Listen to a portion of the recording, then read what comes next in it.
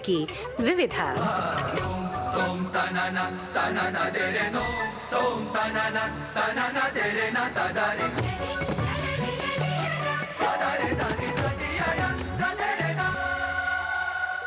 विविधा के सभी श्रोताओं को मनीषा जैन और अमरकांत का नमस्कार।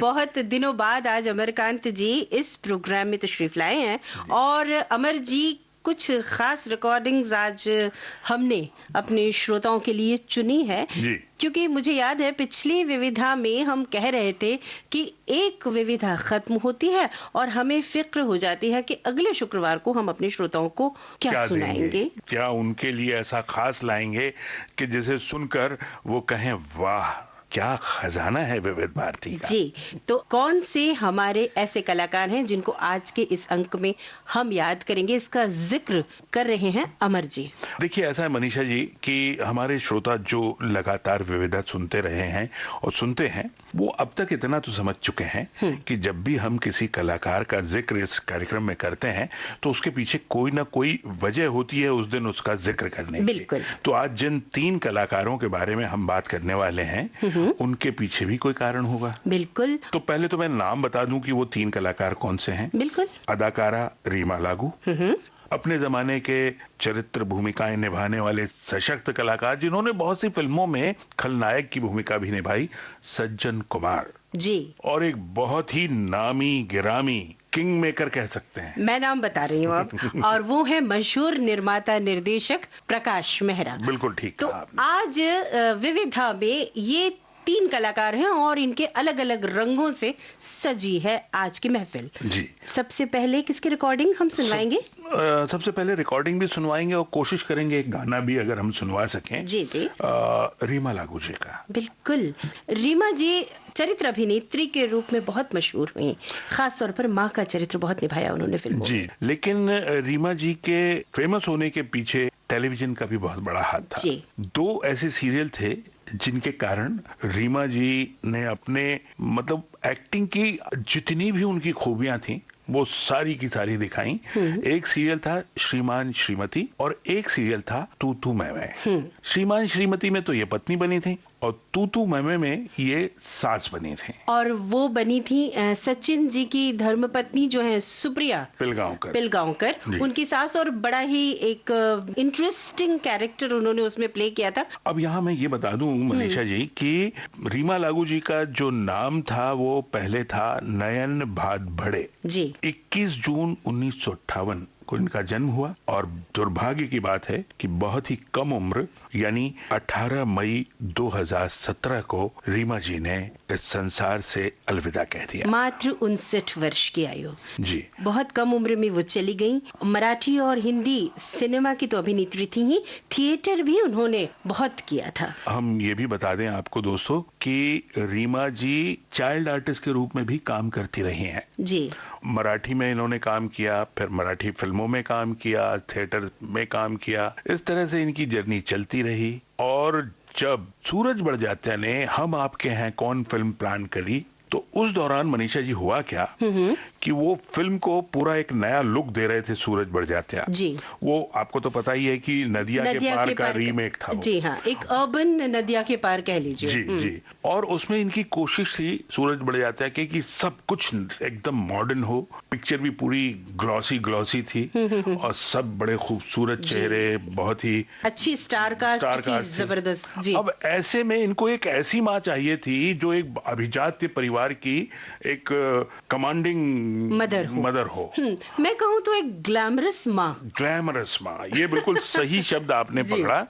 और वो ग्लैमरस माँ ढूंढते ढूंढते इनकी नजर रीमा लागू पे पड़ी और फिर वहीं अटक गई। और कितनी हसीन लगी है उस फिल्म में। बिल्कुल। वात्सल्य की मूर्ति रीमा लागू और उनके पीछे वो छुप के माधुरी दीक्षित का कहना माई री माई मुंडेर पे तेरी बोल रहा है कागा। अमर जी आपने कहा था गीत सुनाए। बिल्कुल। तो गाना सुनते हैं उसके बाद बातचीत सुनेंगे। माई नी माई मुंडेर पे तेरी बोल रहा है कागा। माई नी माई मुंडेर पे तेरी बोल रहा है कागा। जोगन हो गई तेरी दुलारी मन जोगी संग लागा।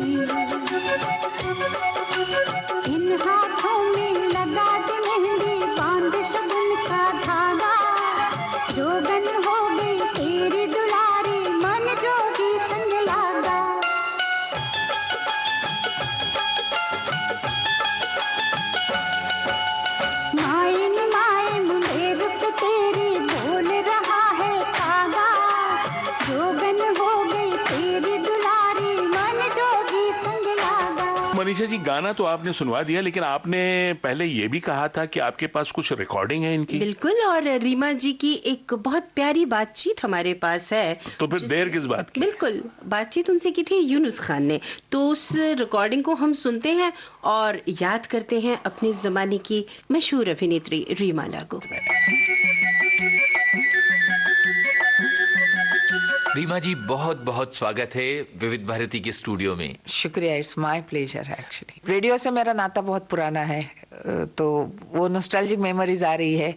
When I was a kid, वो उस वक्त मैं प्लेज पढ़ने के लिए रेडियो स्टेशन आती थी। जी जी। मैं जब स्कूल में पढ़ती थी तो पढ़ाई करते वक्त रेडियो के गाने सुनना मेरे लिए जरूरी था, तो अच्छा। कई बार डांट भी खाती थी मम्मी से। बट उस वक्त के बिना का गीतमाला जो हुआ करती थी, या रात के 10 से 10:30 के गाने, या सुबह के क्लासिकल एक बीट आता था जी। जो शायद अभी भी आता होगा, तो एक वक्त रहता था कि जब उस वक्त के लिए मैं घर पे आके वो गाने सुन के वापस जाती थी। ये जो रेडियो का दौर है, ये एक बार फिर कहना चाहिए लौट रहा है। Actually you are right, because वो वेव रहती है। जैसे हमारे फिल्मों में कभी फिल्में अच्छी चलती है, कभी बुरी चलती है, वैसे रेडियो का हुआ था। अभी कंपटीशन भी है, फिर भी आजकल मेरे साथ तो ये होता है कि गाड़ी में मैं जब भी ट्रैवल करती हूँ तो रेडियो मेरा हमेशा चलता रहता है। ये फ्रेंड बन गया है रेडियो यानी आजकल। बचपन से लेके आज तक रेडियो से आपका नाता तो जुड़ा हुआ है बिल्कुल। लेकिन अभिनय से आपका नाता कैसे शुरू हुआ था? वो भी शायद बचपन से ही है। मेरी mummy Mandakini, she is from theatre. उन्होंने थिएटर से शुरुआत की थी, तो उनके साथ मैं जाया करती थी। तो आई थिंक वहाँ से मैंने पिकअप किया होगा और आई स्टार्टेड डूइंग प्लेज। घर से आपको एक तरह से रंगमंच के संस्कार मिले थे? हाँ जी, एक्चुअली रंगमंच के संस्कार ही मुझे ज्यादा मिले हैं। फिल्में तो मैंने बहुत लेट करना शुरू किया। बचपन से क्या आपने ये तय कर लिया था कि आपको अभिनय ही करना है? जी बिल्कुल नहीं, मैंने कभी सोचा भी नहीं था, मगर मैं करती थी, काम करती थी, अच्छा लगता था। और आई थिंक मैट्रिक तक मेरा एक गैप रहा, क्योंकि मैं हॉस्टल में पढ़ती थी। उसके बाद जब मैं मैट्रिक के बाद जब बॉम्बे आई, तब से फिर से ये सिलसिला शुरू हुआ। कैसे वो दिन थे और किस तरह से तैयारी करना, रिहर्सल्स, वो सारा माहौल कैसा था? Actually it's very mesmerising, you know. Actually मुझे आज भी प्ले ओपन होने तक का जो एक समय रहता है, यानी रिहर्सल से 1 महीना 1.5 महीना जितना भी, वो मेरे लिए ज्यादा मायने रखता है। इसलिए कि उसमें आप बनते हैं, यू ग्रो करते हैं एज एन आर्टिस्ट, और लेट तक रिहर्सल करते रहो, मजा आता है। फिर खाने पीने की कोई सुध नहीं, और वो हाँ, एक वो अजीब सी फीलिंग होती है शो पहला ओपन होने तक, यानी पहली एंट्री लेने तक पेट में बटरफ्लाइज रहते हैं। But it's a wonderful period for me. ये बताएं कि आपका पहला यादगार नाटक कौन सा था? ऐसे प्लेज मैंने काफी किए हैं, बट सक्सेस के तौर पे जिसको कह सके, या लोगों की तरफ से जो मुझे एक्सेप्टेंस हुई, वो था पुरुष करके, जयवंत दलवी जी का प्ले था, जो विजय मेहता जी ने डायरेक्ट किया था। बाद में उन्होंने दोबारा वो हिंदी में हुआ जी, मगर that was my turning point, I can say. वैसे तो जो हिंदी दर्शक हैं, उन्होंने आपको मैंने प्यार किया इस फिल्म से पहचाना, लेकिन आपकी सिनेमा में एंट्री इससे पहले हो गई थी। शायद 1980 में आपकी पहली फिल्म आई थी आक्रोश, अगर मैं सही हूँ तो। जी, मुझे हंसी इसलिए आई, उसमें मैंने लावनी डांस किया था। अच्छा। तो इसलिए मुझे हंसी आई। मैं रोल नहीं था मेरा कुछ, मुझे लावनी से बहुत लगाव था। ये डांस इस तरह का मुझे बचपन से मैं देखती आ रही थी, और मेरा ड्रीम था जो उस फिल्म में पूरा हुआ, यू नो जी। सो या यू आर राइट कि उस फिल्म में मैंने वो किया था। वो लगातार दोनों फिल्म मेरे ख्याल से, कलयुग भी आई थी उसी वक्त एंड आक्रोश भी आई थी जी। उसके बाद again there was a big gap. लेकिन उस दौर में आपकी कुछ मराठी फिल्में आती रही थी। हाँ, सिंहासन आई थी, और 2-3 माझा घर माझा संसार। हाँ, माझा घर माझा संसार, फिर अंतरपाट आई, ननंद भावजे आई थी, कह सकते तो हैं। आपकी मराठी सिने यात्रा कहाँ से शुरू हुई थी? वैसे बचपन में as a child artist I have done lot of films. तू सुखी रहा है, काफी फिल्में की थी मैंने। बट सिंहासन, फिर ये ननंद जो अभी मैंने बताई, वही फिल्म में मेरी शुरुआत हुई थी। कुल मिला के 7-8 फिल्में की होगी मैंने मराठी में एज अ लीडिंग लेडी। उसके बाद फिर गैप आया एंड देन। और रंगमंच तो आपका चल ही रहा था? हाँ, वो तो मैंने प्यार किया तक चल रहा था। अच्छा, ये कहानी क्या है कि मैंने प्यार किया में आपका चुनाव किस तरह से हुआ? एक्चुअली मुझे राजश्री की ऑफिस से गुप्ता जी करके उनका फोन आया था। उन्होंने शायद मेरा पृथ्वी थिएटर में उस वक्त मैं प्लेस करती थी, हिंदी प्लेस करती थी, तो शायद उन्होंने वो प्ले मेरा देखा होगा जी। और उन्होंने बुलाया मुझे ऑफिस में। तो मैं वहां गई तो Suraj ji narrated me the entire thing, तो मुझे पता नहीं उनका प्रेजेंटेशन बहुत प्यारा लगा, the way he was narrating me the story. मैंने खाली सब सुनने के बाद इतना ही पूछा कि जो आप मुझे बता रहे हैं वैसे ही आप शूट करेंगे? बोले आप ऐसा क्यों पूछते? मैंने कहा नहीं, कई बार ऐसा होता है बताया कुछ जाता है, दिखाया कुछ और जाता है। जी। तो बोले नहीं मैं ऐसे ही दिखाऊंगा। I like the freshness of the entire concept, you know. तो मैंने कहा नहीं ये कर लेती हूँ मैं, and luckily it got super hit. And Rajshri people, they are really very nice people. Like ऐसा लग रहा था कि कोई घर का फेस्टिवल चल रहा है, यू नो। जी। तो इस तरीके की ट्रीटमेंट आज तक उनकी वैसी ही है। तो जी। ऐसे लोगों के साथ काम करते वक्त भी मजा आता है। मेरे ख्याल से सिनेमा में पहली बार आपने माँ की भूमिका की होगी। जी। और उसके बाद फिर एक फंस तरह से गई वो मैं। रिवाज फंस गई मैं। मैं ये जानना चाहता हूँ कि जो गंभीर भूमिकाएं हैं वो आपको ज्यादा पसंद हैं या कॉमेडी? मुझे तो कॉमेडी में करने में बड़ा मजा आता है, हंसने हंसाने में बड़ा मजा आता है। सीरियस में थोड़ी तकलीफ होती है दिमाग को, you know, but comedy is more difficult I feel. लोगों को हंसाना इतनी आसान बात नहीं है, रुलाना मेरे ख्याल से आसान बात है। बट लाइक सीरियस भी वास्तव जैसे रोल है, जो एक गंभीरता से अगर आप करें तो उसका इम्पैक्ट भी बहुत काफी दिन तक लोगों के दिमाग पे बसा रहता है। तो कैसे वास्तव के रोल के लिए आपने अपने आप को तैयार किया था? मैंने कुछ तैयार नहीं किया अपने आप को, बिकॉज एक तो फर्स्ट ऑफ ऑल मुझे डिटेल में पता नहीं था कि ये रोल क्या है। जी। बिकॉज महेश के साथ मैं कभी ये सवाल ही पूछती नहीं हूँ। एक भरोसा है, एक ट्यूनिंग है हम दोनों की। whenever he offers me a role, I do it। तो एक दिन पहले मुझे पता चलता है कि कल ये आपको सीन करना है, तो ऐसे कोई तैयारी थी नहीं। एक सीन करते वक्त पता चलता है कि अच्छा इस ट्रैक पे आप जा रहे हैं। एंड वास्तव का रोल करने में मुझे बड़ा आसान रहा, क्योंकि मेरा जो बचपन था वो ऐसे ही लोकेलिटीज में, नॉट एकदम चाल सी, बट उससे थोड़ा बढ़ के, but I was familiar with this type of atmosphere. To portray this kind of atmosphere was not very difficult for me. मैंने देख चुकी थी मैं जहाँ रह रही थी, तो कि ऐसे माहौल में कैसे लोग बड़े होते हैं, या जो प्रिंसिपल्स उस औरत के दिखाए थे वो थोड़े सीन के पहले तैयारी कर लेती थी मैं, थ्रू डायलॉग्स ओनली। जब पूरी फिल्म तैयार हुई और वो रोल अपने आप में एक बुलंदी के साथ एक सशक्त तरीके से निकल आया, बाहर आया, तो कैसा लगा? अच्छा लगा, बिकॉज एक तो मुझे अभी तक ना फिल्मों का, जैसे थिएटर में एक स्क्रिप्ट हमें पता होती है बिगिनिंग से लेके एंड तक, कि ये स्क्रिप्ट है, ये रोल का ग्राफ है, वैसे फिल्मों में नहीं होता, बिट्स में समझ में आता है। तो बहुत ऐसे कम लोग हैं जो पूरा सिनेरियो आपको बताते हैं, उस वक्त पता चलता है। बट कई बार ऐसे होता है कि नहीं, वो सीन बाय सीन आपको पता चलता है। Then we take the precaution की पूछ लेते हैं कि इसके पहले क्या हुआ है, आगे क्या ग्राफ बनने वाला है, यू नो।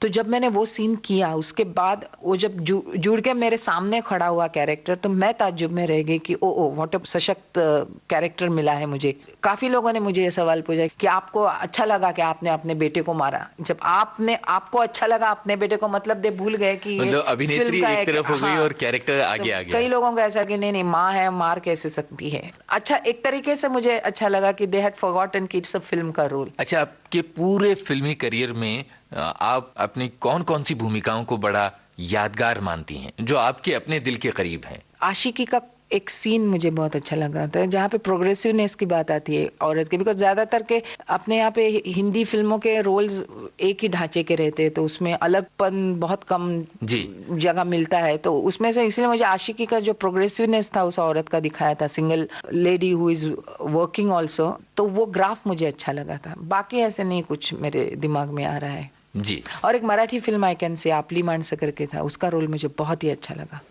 किस तरह का रोल था? It was a very serious kind of role, but it was, I don't know, मुझे करते वक्त मैं अभी तक उसकी मेमोरीज मेरे दिमाग में है। रीमा जी, आप किस तरह का संगीत पसंद करती हैं? मुझे क्लासिकल अच्छा लगता है, और हिंदी फिल्मों का संगीत, या मराठी गाने। बट वेस्टर्न का मुझे पता नहीं है, या शायद बचपन से कभी सुनने का मौका नहीं मिला, या कभी वो उस तरह का माहौल ही नहीं था उस वक्त। तो मम्मी और डैडी के साथ मैं कभी क्लासिकल गाने बहुत सुनती थी, कोई प्रोग्राम्स को जाती थी, तो क्लासिकल अच्छा लगता है। और लाइट आज भी शास्त्रीय संगीत की महफिलों में जा पाती हैं आप? कभी कभार, नॉट एवरी टाइम, बट कभी कभार अगर वक्त मिला तो मैं जाती हूँ। किशोरी आमोणकर जी का गाना मैंने सुना है, देन वीणा सहस्त्रबुद्धे जी मुझे अच्छी लगती है, और देवकी पंडित है, जी। काफी आर्टिस्ट जो बहुत मशहूर है, उनके गाने, भीमसेन जोशी का मैंने गाना सुना है जो क्या मुझे बात। बहुत ही, यानी वो एक प्रेरणा मिलती है, उनका गाना सुनो, उनकी जो आवाज है ना, उससे अंदर हो जाता है and you get the strength. बिल्कुल भारतीय संगीत का गंधर्व सुर है वो जी एक तरह बिल्कुल, से। मैं बहुत आवाज की उनकी तारीफ करती हूँ। आइए एक गीत सुन लिया जाए। जी बिल्कुल। भीमसेन जी का एक अमूल जी की फिल्म थी अनकही, हाँ, उसमें एक बहुत ही प्यारा गाना है भीमसेन जी का। रघुवर तुमको मेरी लाज, रघुवर तुमको मेरी लाज, सदा सदा मैं शरण तिहारी, सदा सदा मैं शरण तिहारी, तुम हो गरीब निवाज, रघुवर तुम हो गरीब निवाज, रघुवर तुमको मेरी लाज, रघुवर तुमको मेरी लाज।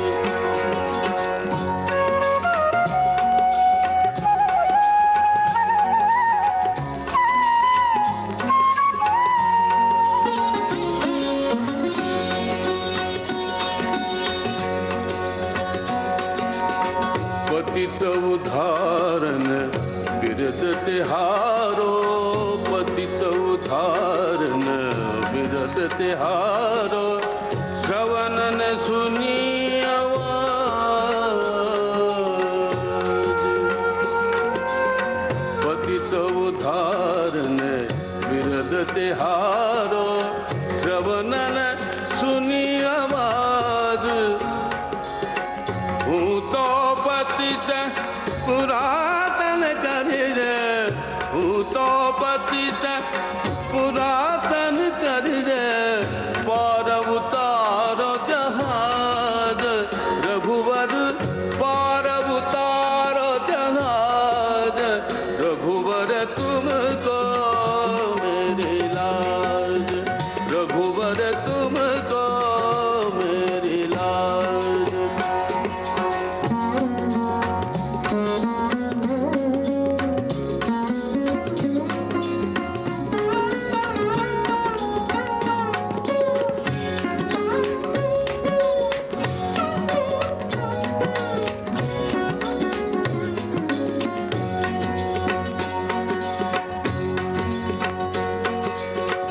अघखंडन दुख भंजन जन के, अघखंडन दुख भंजन जन के, यही तिहारों का,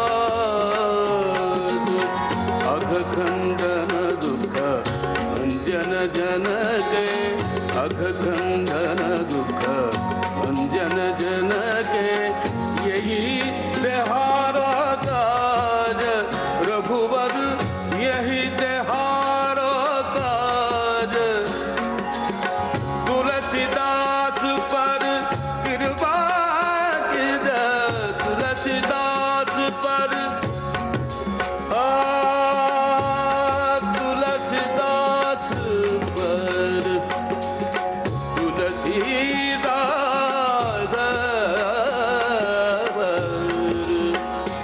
कृपा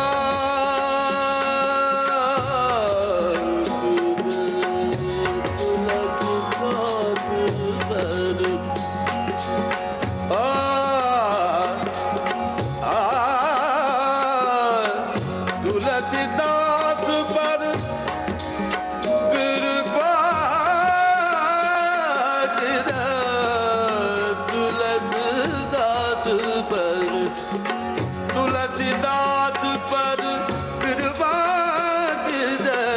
भक्ति दान देहुराज, रघुवर भक्ति दान देहुराज, रघुवर तुमको मेरी लाज, रघुवर तुमको मेरी लाज।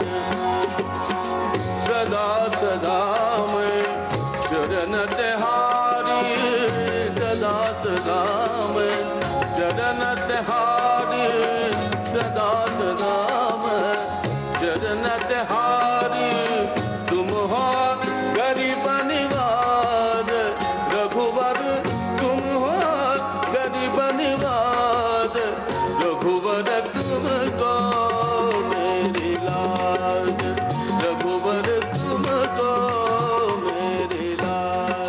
बातचीत सुनने के बाद ऐसा लगता है कि ऐसे अच्छे अच्छे कलाकार, ऐसे अच्छे अच्छे इंसान क्यों इतनी जल्दी चले जाते हैं। सच में। खैर, ईश्वर की मर्जी के आगे तो कुछ चलता नहीं। एक और बहुत ही अच्छे कलाकार जिनका मैंने जिक्र किया, सज्जन जी, जिनको सज्जन कुमार भी कहते रहे हैं, सज्जन के नाम से ज्यादा फेमस रहे वो। मैं ये बता दूं आपको कि सज्जन साहब के जो फैंस हैं वो सिर्फ उम्र दराज लोग नहीं हैं। सज्जन साहब के फैन तो छोटे छोटे बच्चे भी रहे हैं। उसकी वजह बहुत अच्छे से हमारे श्रोता समझते हैं, जानते भी हैं। एक जमाने में एक सीरियल आया करता था टेलीविजन का, जिसमें सज्जन साहब ने रोल किया था राजा विक्रमादित्य के, जो कांधे पे चढ़े हुए बेताल का। जी। मुझे लगता है एक बार उसका म्यूजिक हम अपने श्रोताओं को सुना दें तो जरा वो भी उस दौर में चले जाएं। सिर्फ म्यूजिक क्यों, हम सज्जन साहब की आवाज भी सुनवाएंगे आपको। पहले- फिलहाल उस म्यूजिक को सुन लीजिए, क्योंकि उससे ही आपको बड़ा मजा आ जाएगा।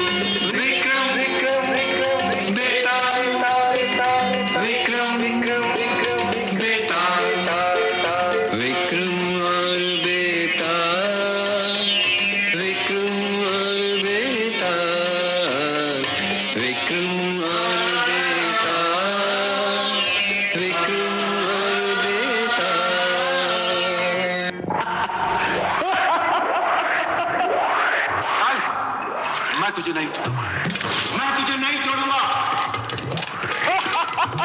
ये थे विक्रम और बेताल के सज्जन, और सज्जन साहब की आवाज में वो जो डायलॉग है ना उनका, वो बच्चे बच्चे की जुबान पे था। और आज भी हमें विश्वास है कि आपको वो सीन याद आ गए होंगे और एक बार दोबारा आप उसे देखने को फिर से लालायित हो जाएंगे। इनका पूरा नाम मनीषा जी सज्जन लाल पुरोहित था और 15 जनवरी 1921 में ये जयपुर में पैदा हुए थे। और वो दौर जो था वो अंग्रेजों के जमाने का दौर था, जी। ब्रिटिश लोगों का राज था। और इनको लेकिन जो सबसे ज्यादा इनका जो मन था फिल्मों की तरफ, ये झुकाव शुरू से रहा और ये गीतकार बनना चाहते थे जी। और इस चक्कर में 1941 में ये जयपुर से कलकत्ता चले गए, क्योंकि उस दौर में कलकत्ता में फिल्में बना करती थी, आप बेहतर जानते हैं। गढ़ था उस समय फिल्मों का। जी जी जी।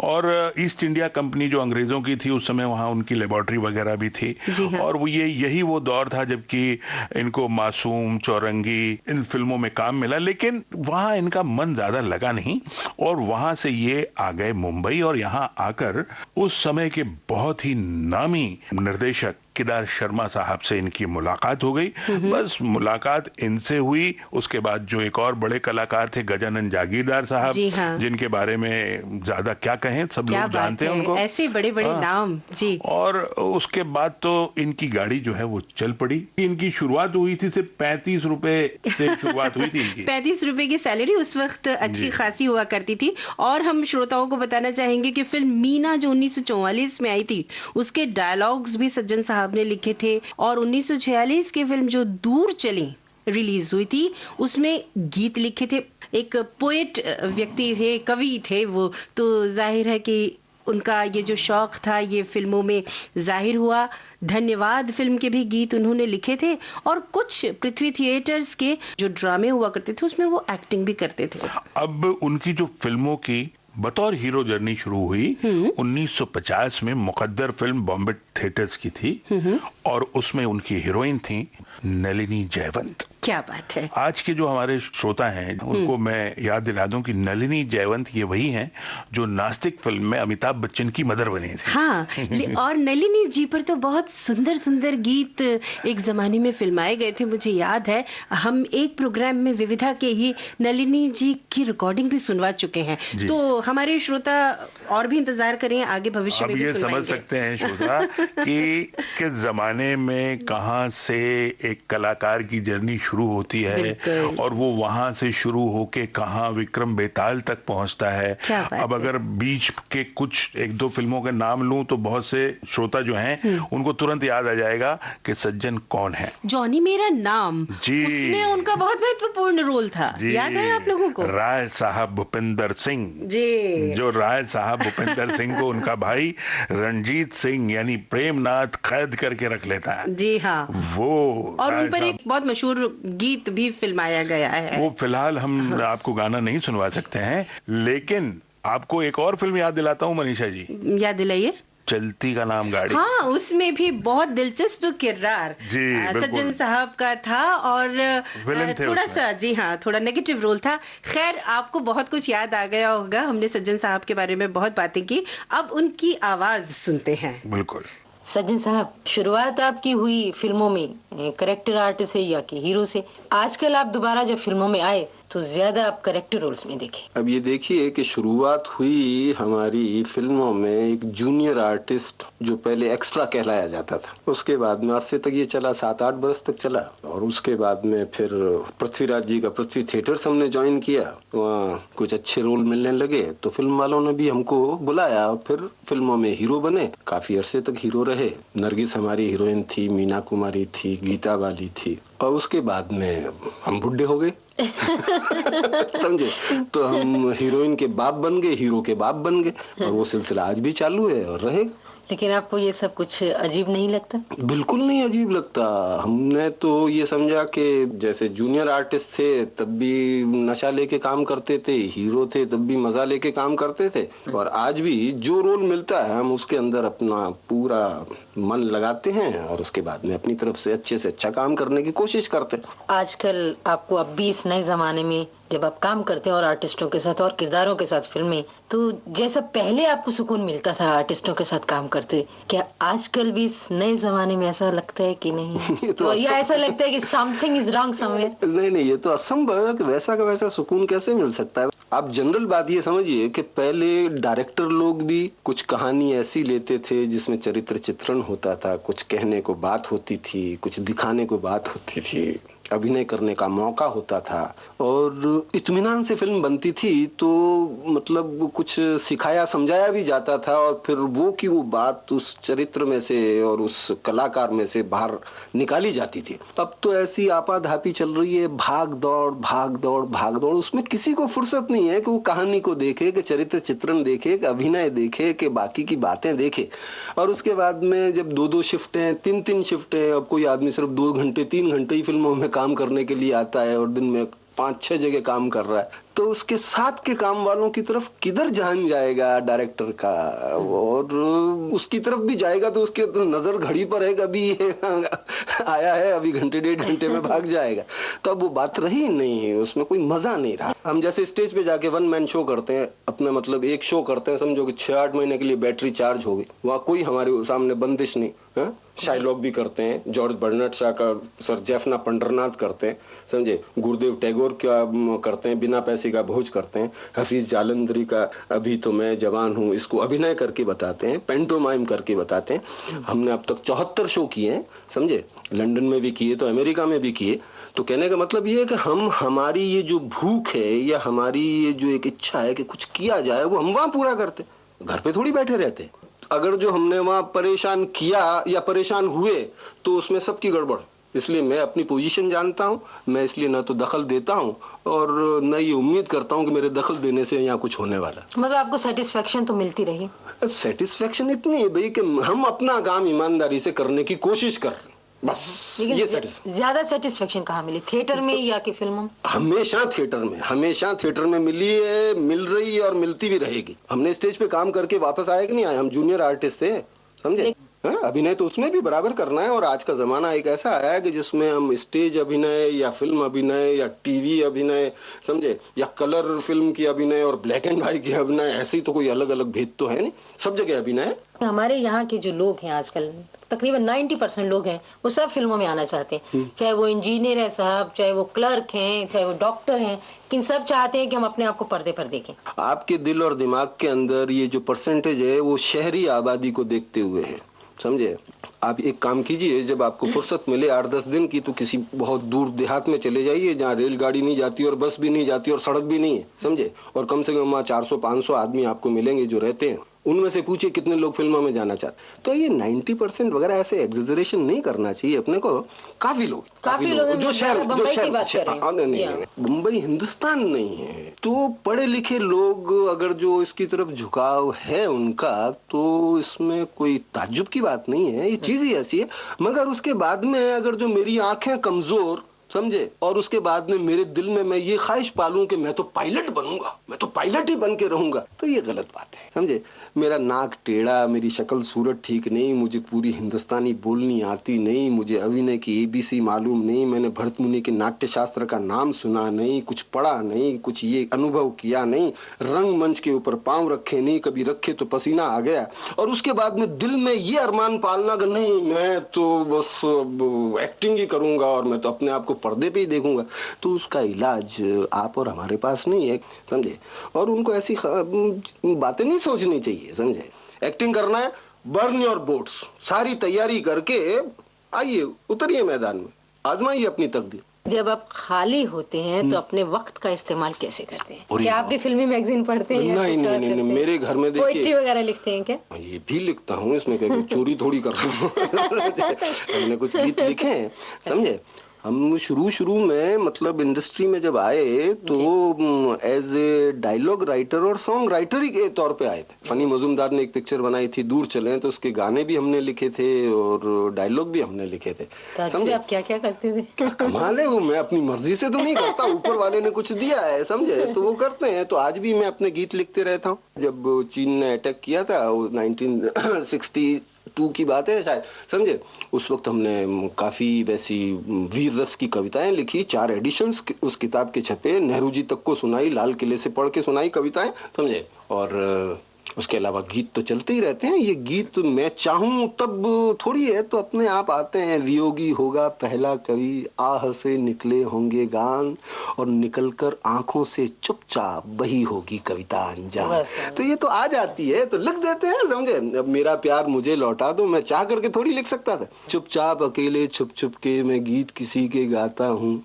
और दिल के जख्मों को छील छील मैं अपना जी बहलाता हूँ। तो हम अपना जी बहलाते रहते हैं, समझे। तो वो है, बगीचे के अंदर काम है, बहुत कुछ पढ़ने को बाकी है, समझे।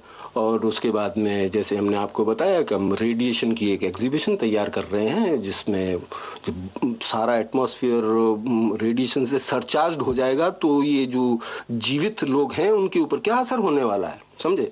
तो वो हमने 250-300 पीसेस बना लिए हैं और वायदा किया अपने आपको को 500 पीसेस तैयार होंगे तो हम एग्जीबिशन बाहर निकालेंगे। बहुत करने को काम है जी, बहुत काम है। मनीषा जी, ये रिकॉर्डिंग सुन के सचमुच बहुत अच्छा लगा जी, बहुत अच्छा लगा। सज्जन कुमार साहब, उन्होंने लगभग सभी बड़े बड़े कलाकारों के साथ काम किया। जी हाँ। अमिताभ बच्चन साहब के साथ भी रहे वो। अब यहाँ मैं बताना चाहूंगा, जो बड़ी दुखद बात है कि 17 मई सन 2000 में सज्जन साहब ने इस संसार से अपने आप को बिल्कुल दूर कर लिया, वो चले गए। और जब वो चले गए वाली बात है ना, तो मुझे ऐसा लगता है कि पता नहीं किस राजा विक्रम ने उनकी बात का जवाब दे दिया, तो वो नाराज हो गए और बोले, तू बोला तो मैं चला। सच कहा विक्रम, पर मैंने तुम्हें कहा था ना कि तू बोला और मैं चला जाऊंगा। तू बोला और अब मैं जा रहा हूं।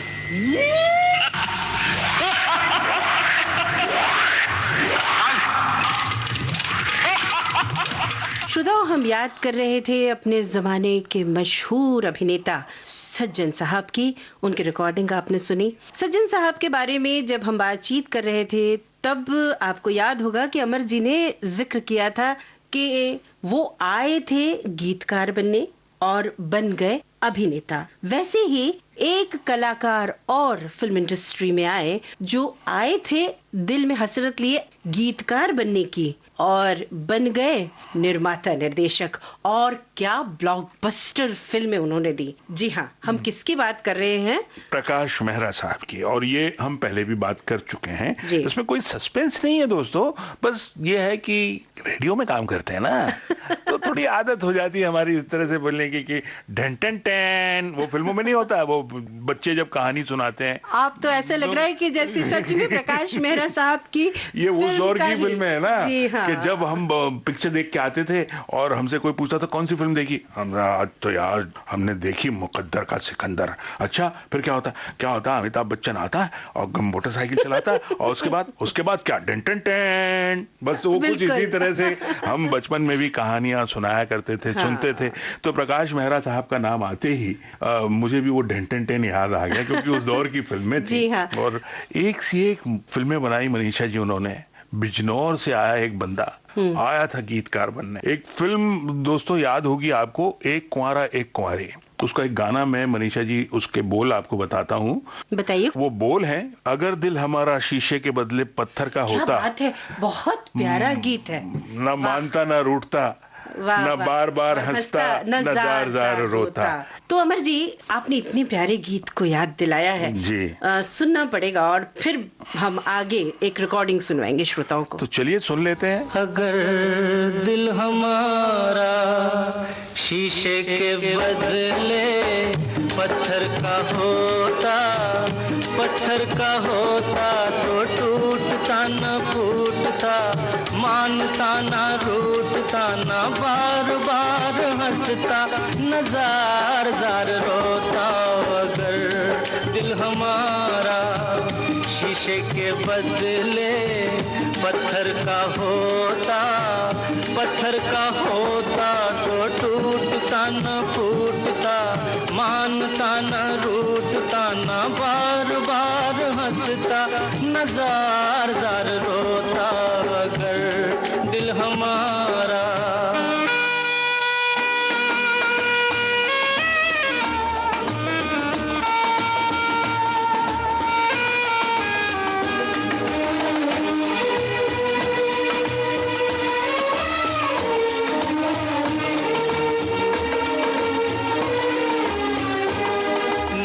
एहसास होता खुशी में खुशी का, ना एहसास होता खुशी में खुशी का, ना महसूस होता ये गम जिंदगी का।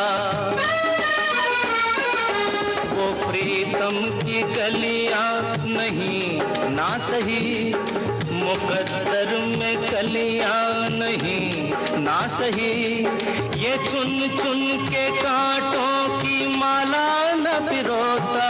अगर दिल हमारा शीशे के बदले पत्थर का होता, पत्थर का होता तो टूटता न फूटता, मानता न रूठता, न बार बार हंसता, न जार जार रोता।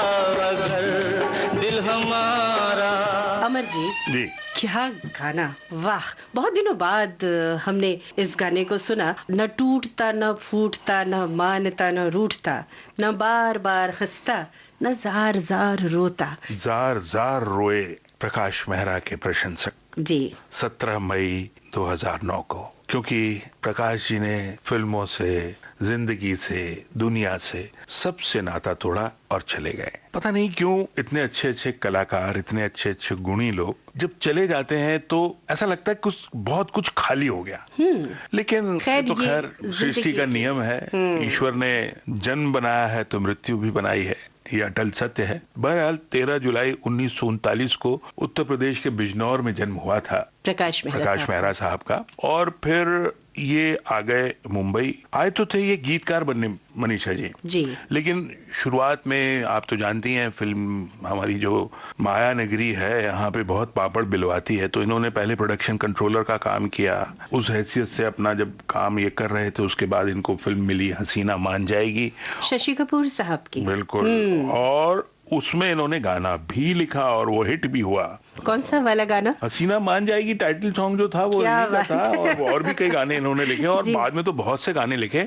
और मनीषा जी यहाँ मैं आपको बता दूं कि खान ब्रदर्स, फिरोज खान और संजय खान साहब की एक बड़ी मशहूर फिल्म थी मेला, गोरी के हाथ में चांदी का छल्ला, ऐसी हो किस्मत मेरी भी अल्लाह। याद आ गया वो भी गाना। आज न जाने क्यों बड़े दिलचस्प गीत आपकी ज़बान से। ये भी डायरेक्ट उन्हीं ने की थी फिल्म, प्रकाश मेहरा साहब। जी हाँ। तो इस तरह से इनका ये सिलसिला चलता रहा और उसके बाद इन्होंने वो किया जो इतिहास में मतलब प्रकाश मेहरा को भी अमर कर गया और एक और कलाकार को अमर कर गया, जिसने हमें महानायक दिया। फिल्म बनी जंजीर। मनीषा जी, फिल्म जंजीर से जुड़े कुछ किस्से हैं, अगर आप कहें तो मैं सुनाऊं? बिल्कुल। आप फिर रिकॉर्डिंग बाद में सुनवाएंगी? बिल्कुल, इंतजार करेंगे हमारे श्रोता। आप जरा किस्सा सुनाइए। अब किस्से कुछ ऐसे हैं कि फिल्म जंजीर एक गीतकार की फिल्म थी, जी। पहले तो जब प्लान की गई, जब लिखी गई, इसमें तब कोई गाने नहीं थे, लेकिन बाद में रिलीफ के लिए 4-5 गाने डाले गए, या जिसको जी। आज आइटम सॉन्ग कहते हैं, उस जमाने में कैबरे कहलाते थे। जी। और उसमें बिंदु जी पे जो फिल्माया गया कि दिल जला के, प्राण साहब पे कव्वाली फिल्माई गई, एक हीरोइन पे गाना फिल्माया गया, एक और था गाना दीवाने हैं दीवानों को ना घर चाहिए। आप जानती हैं गाना पिक्चराइज किस पे हुआ था? आप ही बता दीजिए ना।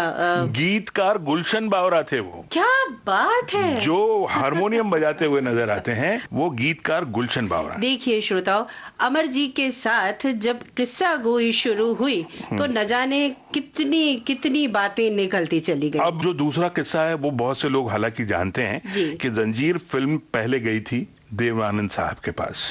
देवानंद साहब से इन्होंने गुजारिश की कि साहब आप इस फिल्म में काम कीजिए। तो जैसे मैंने पहले बताया कि पहले इस फिल्म में गाने नहीं थे, तो देवानंद साहब ने कहा कि देखो भाई, मैं तो वो फिल्में करता नहीं जिसमें गाने ना हो, तो मैं तो रोमांटिक फिल्मों का हीरो हूँ। तो उन्होंने इनकार कर दिया। अब ये कहानी जो थी वो थी सलीम जावेद की जी। अब ये कहानी धर्मेंद्र साहब ने पहले ही खरीद ली थी। अच्छा। लेकिन वापस ले ली थी इन्होंने, सलीम साहब ने उनसे। अच्छा। और फिर प्रकाश मेहरा साहब से गुजारिश की कि भैया आप इसको बनाइए। और फिर ये फिल्म गई राजकुमार साहब के पास, लेकिन राजकुमार साहब ने तो अलग सा कारण बताकर उन्होंने इनकार कर दिया कि साहब मैं नहीं करूंगा। तब जाकर आपको पता है अनवर अली जो महमूद साहब के भाई थे जी, उनके साथ अमिताभ बच्चन शेयरिंग में रहते थे, यही मुंबई में। और अमिताभ बच्चन महमूद की फिल्म बॉम्बे टू गोवा कर चुके थे जी। और अनवर से कहकर महमूद से सिफारिश करवाई प्रकाश मेहरा पे। तब जाकर प्रकाश मेहरा अमिताभ बच्चन से मिले और मिलते ही प्रकाश मेहरा ने कहा कि ये है मेरा हीरो। क्या बात है, कहां से कहां कैसी बातें निकली। अब एक और किस्सा है। अब ये बात तो आपको अच्छे से मालूम है कि प्राण साहब को खलनायकी से चरित्र भूमिकाओं में लेकर आए मनोज कुमार। जी हाँ। तो जब जंजीर फिल्म प्राण साहब ने साइन कर ली शेर खान के किरदार के लिए, उसी समय फिल्म शोर प्लान कर रहे थे मनोज कुमार। उसमें एक खान का किरदार था। अच्छा। और वो मनोज कुमार ने कहा कि भाई ये तो प्राण साहब ही करेंगे। बिल्कुल। और उन्होंने पूरे हक के साथ प्राण साहब से कहा कि ये तो आपका रोल है, आपको करना है। प्राण साहब का एक उसूल था कि प्राण साहब एक जैसा किरदार दूसरी किसी फिल्म में नहीं करते थे। वाह। और उस समय क्योंकि उन्होंने शेर खान वाला किरदार जंजीर के लिए एक्सेप्ट कर लिया था, तो वो उन्होंने बना कर दिया। तब शोर में खान का किरदार प्रेमनाथ साहब ने किया। क्या बात है। तो देखिए श्रोताओं, जिस तरह से मैं अवाक होकर के पूरे किस्से को सुन रही थी, मुझे लगता है इसी दिलचस्पी से आप भी सब रेडियो से कान लगाकर इस बात को सुन रहे होंगे कि अमर जी ने कौन सी जानकारी आपको दी। खैर श्रोताओं, अब हम आपको रिकॉर्डिंग सुनवाते हैं जो हम अपने खजाने से लेकर आए हैं। अमर जी, तो अभी सुनवाएं इस रिकॉर्डिंग को। बिल्कुल। प्रकाश मेहरा साहब से बातचीत की कमल शर्मा जी ने।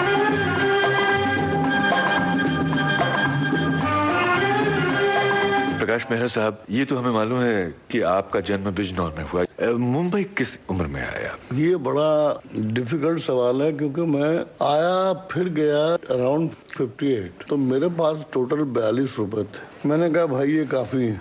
यहाँ आके थोड़ी सी मैं बुनियादें बना गया था। फिल्म डिवीजन में इधर उधर 2-4 लोगों से मेरा कांटेक्ट हो गया। हमारे एक दूर के रिश्ते के मामा थे, कजन मामा, वो मरीन ड्राइव पर रहा करते थे। तो मरीन ड्राइव एक ऐसा इलाका था जहाँ हमारे मामा रहते थे, उसके ठीक बगल में सामने वाली खिड़की पर 4थे या 5वें फ्लोर पे ओपी नैयर थे। ये हारमोनियम पे गाने कंपोज किया करते थे, हम सुना करते थे। एक दिन हम पहुंच गए इनके पास। 2-4 गाने मैंने उल्टे पुल्टे जैसे भी थे मेरे पास मैंने सुना दिए। बोले भाई काबिलियत है तुम्हारे अंदर, तुम कर सकते हो, मेहनत की बहुत जरूरत है। ये तो पूरा महीना मैं रिकॉर्डिंग में बहुत बिजी हूँ, तुम अगले महीने आके मुझे मिलना। वहाँ से एक साहब थे मौर्य साहब, वो फिल्म डिवीजन में प्रोडक्शन मैनेजर थे। तो उन्होंने मुझसे कहा कि भाई यहाँ कुछ स्टॉक शॉट लेने विनोद देसाई आए थे, तो मुझसे कह रहे थे कि आपके पास कोई काबिल लड़का हो तो आप उसे हमारे पास भेजिएगा। उन्होंने मुझे खत दिया, मैं विनोद देसाई के यहाँ पहुँच गया। क्या जानते हो, ये जानते, एक सीन दे लिखोगे? हमने कहा साहब बताइए। हमने एकांत में बैठ के वो सीन लिख दिया, उन्हें बहुत पसंद आया। बोले 150 रुपये महीना हम तुम्हें देंगे, तुम्हें कहीं रहने की इसकी उसकी कोई प्रॉब्लम नहीं है। हमारा मरीन ड्राइव का इतना बड़ा फ्लैट है, हमारी पत्नी जो है वो सेपरेट अलग जगह रहती है, वो अब पत्नी से सेपरेट हो गए थे, बेटा हमारे साथ है। और ये सामने जो बालकनी है, समुद्र की हवा थी, तो बालकनी में उन्होंने सोफा कम बेड था, सिटिंग बनाई हुई थी, ग्लास से कवर कर ली थी। बोले ये बालकनी तुम्हारा बेडरूम है, बाकी हर चीज की फैसिलिटी यहाँ है, तुम काम करो। उसी बिल्डिंग में शंकर जयकिशन थे, जयकिशन 5 माले पे, और 6 माले पे थे मोहन सहगल। अब हमारी एम्बिशन ये नाग देवता और नाग पंचमी और ये सब थी नहीं, हमारी एम्बिशन थी सोशल फिल्में। तो मोहन सहगल की हमने न्यू दिल्ली कुछ 20 मरतबा देखी थी। नीचे ये दीवार पे शाम को मैरी ड्राइव की जो दीवार है, शाम को ये सब खलीफा जितने भी थे, जयकिशन भी और मोहन सहगल भी, विनोद देसाई भी, ये सब वहाँ दीवार पे बैठते थे। वहाँ दीवार पे बैठ के फ्यूचर प्लानिंग, कल सीन क्या होगा, परसों क्या होगा, उनके राइटर्स भी होते थे। वहाँ मोहन सहगल भी आते थे। मोहन सहगल का विनोद का एक ही बिल्डिंग में चूंकि रहना था, तो और विनोद क्या चल रहा है, तुम्हारी पिछली फिल्म बहुत अच्छी गई भाई। बोले हाँ मोहन जी। अब मेरे दिमाग में ये कि मैं मोहन सहगल से बात कैसे करूं, वरना विनोद देसाई मुझे निकाल दे। एक दिन लकीली मोहन सहगल लिफ्ट में अकेले थे, तो मैंने बोला मोहन जी ऐसे है, I am very ambitious person और मुझे कुछ करना है। अब ये माइथोलॉजिकल ग्रुप में आगे कोई भविष्य नहीं है, कोई फ्यूचर नहीं है, आपके ग्रुप में है। कहने लगे मेरी एक फिल्म खत्म हो रही है, अभी दूसरी शुरू होगी, मगर मैं विनोद से पूछ लूंगा, तुम यू डोंट वरी। वो ऐसा आदमी नहीं है कि एक आदमी 2 जगह काम कर सकता है भाई, काबिलियत है तो करो यार, मुझे मालूम है तुम्हारे बारे में। विनोद बहुत तारीफ करता है, बोलता ऑन दी स्पॉट कोई भी सीन दो बैठ के लिख देता है। इन्होंने कहीं विनोद देसाई को बोला, तो विनोद ने बोला जब मेरी शूटिंग नहीं होगी तो आप क्या काम करें, मुझे कोई एतराज नहीं है। बोले यार फिर तुम यहाँ फ्लैट से तो नहीं उसको निकाल दोगे, वो रहेगा यहाँ? बोले नहीं रहेगा मेरे पास ही, क्योंकि मैं इसे छोड़ नहीं रहा हूँ। इस तरह सिलसिला हमारा शुरू हुआ। वो भी आपको बिल्कुल बेटे जैसा मानते थे। वेरी वेल बिहेव पर्सन, इतना खूबसूरत उनका ट्रीटमेंट था मेरे साथ। उनसे ज्यादा सरशाद सैलानी मरहूम जो राइटर थे, ग्रेट राइटर। तो प्रकाश जी आप बेसिकली बनना क्या चाहते थे, राइटर बनना चाहते थे फिल्म इंडस्ट्री? आए थे राइटर बनने। अच्छा, उससे पहले का जो पीरियड है मौर्य साहब से और यहाँ तक, वो बहुत खतरनाक गया है। जब तक हम अपने मामा को मिले हैं तब तक हम फुटपाथों पे सोते थे, चने खाते थे। उसके बाद जो किस्मत ने पलटा लिया, तो वहीं हमारी फिर दोस्ती हो गई काम करते करते। मोहन सहगल के और उसके तो हमारे दोस्त थे इंदु भूषण, बहुत पैसे वाले के बेटे। तो इंदु भूषण से दोस्ती हो गई। इंदु भूषण को बड़ा शौक था कि यार एक पिक्चर बनाएंगे। तो मैं इंदु भूषण को यहाँ तक बोलता था कि इंदु भूषण तू थोड़ा सा ठहर जा, बेसिक चीजें मैंने जो है वो सीख ली, थोड़ा सा प्रैक्टिकल मुझे 1 साल मोहन सहगल के साथ और काम करने दे। Will make a film. और एक सब्जेक्ट है, हमारे मित्र हैं, मित्र हो गए थे वहाँ से, मोहन सहगल के वहाँ से, SM अब्बास, उनके पास एक सब्जेक्ट है, उन्होंने वो सब्जेक्ट मुझे सुनाया है, हसीना मान जाएगी। मैंने कहा अब्बास साहब 1 साल के बाद रुक जाइए, बहुत जबरदस्त प्रोड्यूसर इसके लिए हमारे पास है। 1 साल के बाद हमने इनसे कहा कि सब्जेक्ट सुना। वो इंदु भूषण यंगस्टर, वो भी खाने पीने वाला आदमी, बड़े बाप का बेटा, परवाह उसे थी नहीं पैसे की। नोट तो वो ऐसे फेंकता था कि जैसे कोई वर्थ ही नहीं है। तो हसीना मान जाएगी शुरू हो गई। एक और वाकया हुआ हमारे साथ, जो मोहन सहगल के यहाँ काम कर रहे थे तो हमारे पास एक ऑफर आई। किसी ने कहा होगा कि यार ये लड़का बहुत इंटेलिजेंट है, इसमें कुछ दम है। निरूपा राय जयराज को लेके अमर सिंह राठौर बोले तुम बनाओ, तुम्हें 50,000 रुपए देंगे, एक फिएट गाड़ी देंगे और एक फ्लैट देंगे। तो मैंने कहा आप थोड़ा सा ठहर जाइए, मैं 2-4 दिन के बाद आपको बताऊंगा। तो मैंने ये बात मोहन सहगल का जो कैमरामैन था सरदार बलदेव सिंह, असिस्टेंट कैमरामैन बलदेव सिंह से पूछा कि यार ऐसे ऑफर आई है डायरेक्शन की। बोले सत्यानाश हो जाएगा, हाँ मत करना, मैथोलॉजिकल ग्रुप में तू घुसा है तो फिर उसके बाद तू निकल नहीं सकता। जब तेरी अगले साल हसीना मान जाएगी शुरू हो रही है, देन कीप पेशेंस। बात मेरे दिमाग में जम गई, मैंने उन्हें मना कर दिया। बहरहाल किस्मत में वो था, क्योंकि always I used to believe in destiny, कि आपके प्रारब्ध, आपकी डेस्टिनी, आपकी तकदीर आपको खींच के किस तरफ ले जा रही है।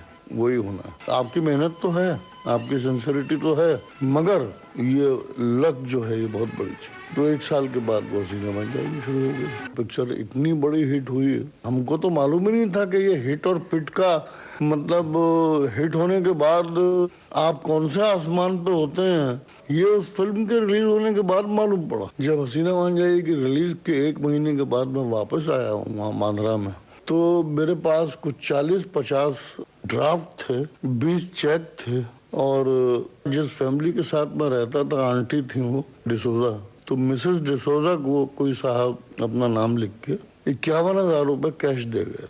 वो थे नडियाड वाला। मैं बौखला गया, बिल्कुल मेरी समझ में नहीं आया। तो मैंने जॉनी वॉकर से, वही मेरे फ्रेंड फिलोसफर गाइड हुआ करते थे, हसीना मान जाएगी में वो थे। हसीना मान जाएगी कंप्लीट कराने में हमारे पास पैसे खत्म हो जाया करते थे, तो अपने घर से लाके हमें देते थे। बोले मगर 1 हफ्ते में ले लूंगा और हम 1 हफ्ते में वापस कर दिया। तो जॉनी वॉकर से पूछा कि एक ऑफर है नडियाड वाले की और एक ऑफर है मलिक चंद कोचर की, उनकी 4 ऑफर थी। बोलो सब कर लो। मैंने कहा जॉनी भाई डायरेक्शन में ऐसे कभी होता है? एक फिल्म में मेरा तेल निकल गया था हसीना मान जाएगी में, एक सीन सोचते वक्त मेरा सिर फटता था कि मैं इसको स्क्रीन पे कैसे लेके आऊंगा। सोच तो लिया। तो जॉनी वॉकर ने कहा सब कर ले। निर्माता निर्देशक बनने से पहले आपने और भी बहुत सारी भूमिकाएं निभाई। फिल्म इंडस्ट्री में तरह तरह के काम किया आपने। प्रोडक्शन का काम ज्यादातर साइड में मैं करता था जी, because I used to take care of everything. बाकी मैंने कहा ना, मैंने एयरपोर्ट पे सामान उठाया, कुलीगिरी की, बरसात में मैं विले पार्ले से महालक्ष्मी पैदल चल के आया करता था।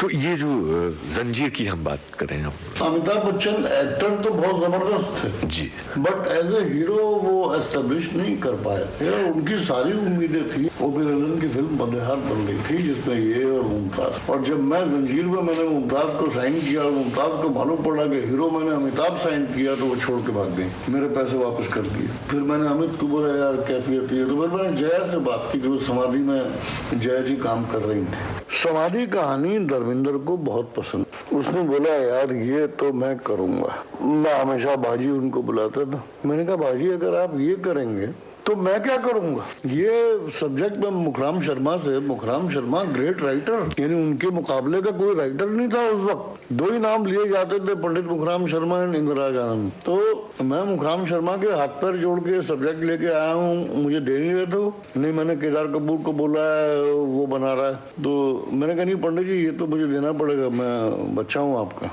मैं अपनी प्रोडक्शन शुरू कर रहा हूँ। वो दे दिया, और ये सुन के भी दे दिया कि बिजनौर का दे दिया। तो मैंने बोला, मैंने कहा धर्म भाजी उनसे मैं बड़ी मेहनतें करके सब्जेक्ट लेके आया हूँ। बोले मैं तुझे एक सब्जेक्ट दूंगा, इंस्पेक्टर की एक कहानी है।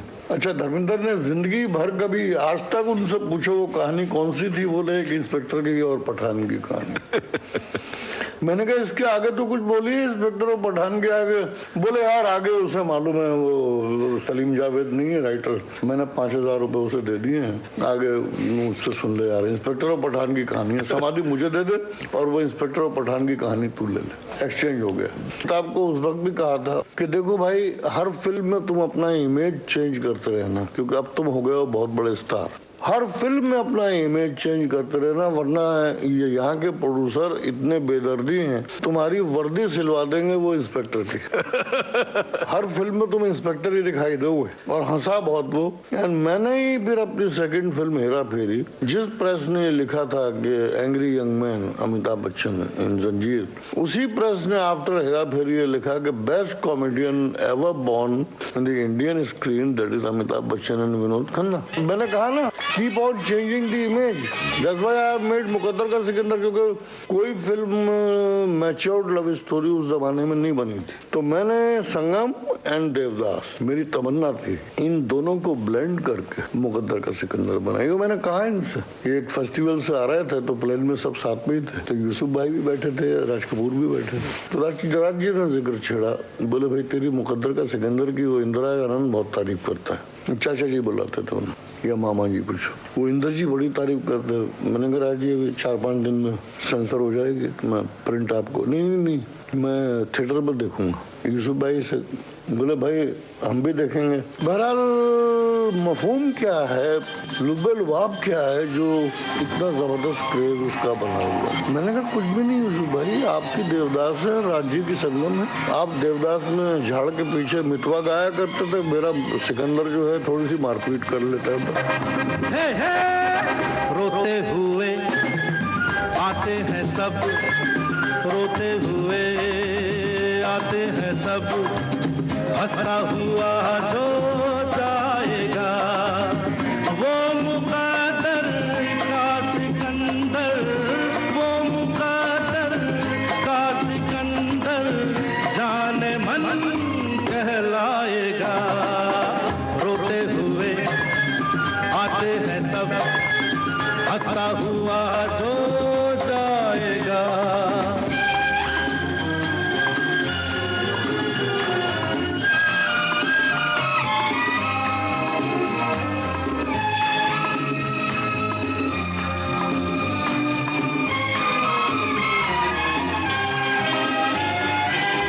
जिंदगी तो बेवफा है, एक दिन ठुकराएगी। जिंदगी तो बेवफा है, एक दिन ठुकराएगी। मौत महबूबा है, अपने साथ लेकर जाएगी।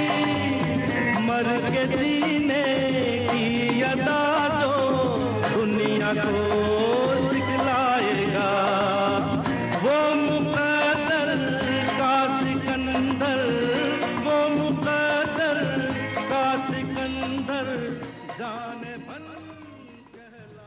अब आज का विविधा कार्यक्रम संपन्न होता है।